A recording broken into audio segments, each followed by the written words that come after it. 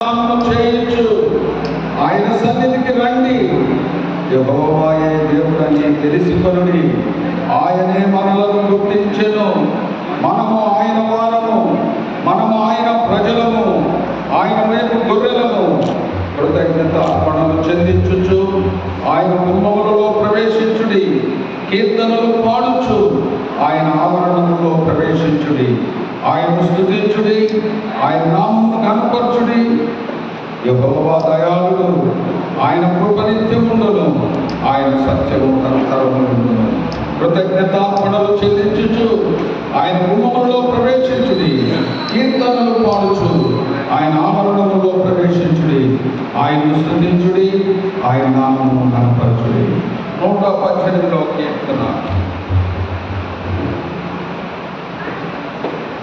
118వ కీర్తనలో ఒక వాక్యాన్ని చదువుకుందాం. దేవుని మహిమపరుచుదాం.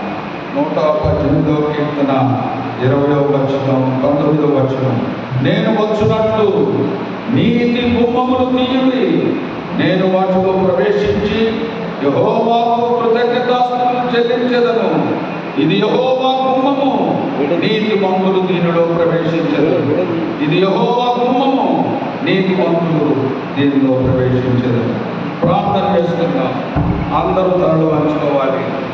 ఈ నూతన మందిరాన్ని శామ్యూల్ గారు, అమ్మగారు, సంఘ సభ్యులు దేవుడి కృపలో, దేవుని యొక్క అనుగ్రహంతో నిర్మించుకున్న ఈ నూతన గృహాన్ని, నూతన మందిరాన్ని ప్రతిష్ఠించి ప్రవేశించుతూ ఉండగా దేవుని ఆశీర్వాదం కొరకు ప్రార్థన చేస్తున్నాం. పరిశుద్ధుడా, పరిశుద్ధుడా, పరలోకమందున్న మా తండ్రి, నీకే స్తోత్రాలు, స్తోత్రాలు, స్తోత్రాలు.